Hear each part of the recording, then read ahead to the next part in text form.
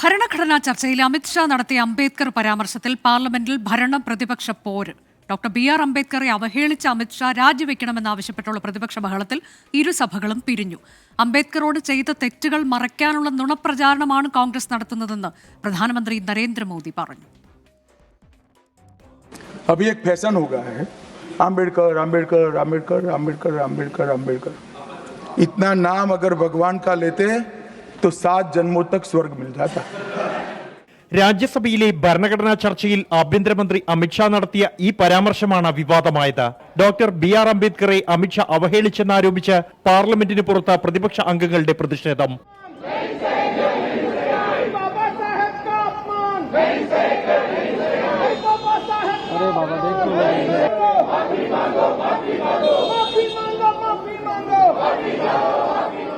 പിന്നാലെ ഇരുസഭകളിലും പ്രതിപക്ഷം ജയ് മുദ്രാവാക്യങ്ങൾ വിളിച്ച് പ്രതിഷേധം കടുപ്പിച്ചു.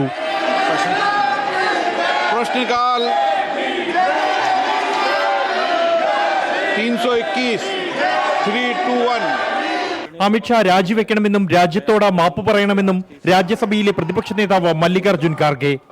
यहाँ पर अमित शाह ने उठाकर डिस्कशन में वो लाए थे.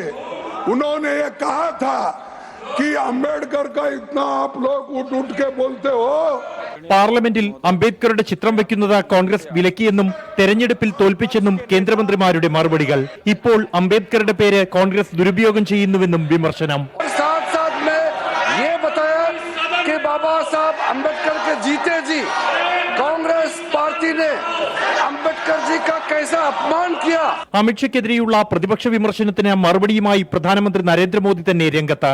ചെയ്ത തെറ്റ് മറച്ചുപിടിക്കാനാണ് അമിത്ഷായുടെ പ്രസ്താവന വളച്ചൊടിച്ച് കോൺഗ്രസ് നുണപ്രചാരണം നടത്തുന്നതെന്ന് പ്രധാനമന്ത്രി കുറ്റപ്പെടുത്തി. 24 ഡൽഹി.